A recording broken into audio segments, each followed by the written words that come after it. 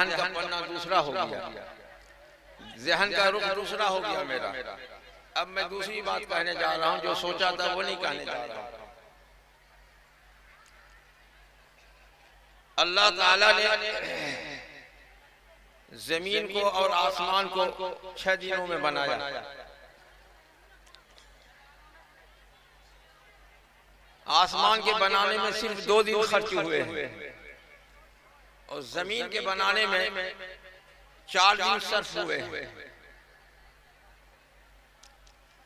आसमान का बनाना तो आसान था, लेकिन जमीन के ऊपर चूंकि इंसान को बसाना था अल्लाह ताला को, इसलिए इस इंसान की जरूरत के लिहाज से जमीन के अंदर बहुत कुछ रखना था और इसके निजाम को सजाना था।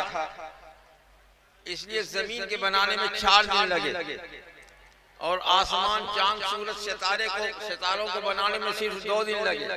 और ये 4 दिन और 2 दिन मजमुआ 6 दिन, ये हमारे आपको समझाने के लिए है। वरना अल्लाह रब्बुल इज्जत के यहाँ तो ऐसा है कि वो सोचते हैं कि ये काम हो जाए, बस हो जाता है।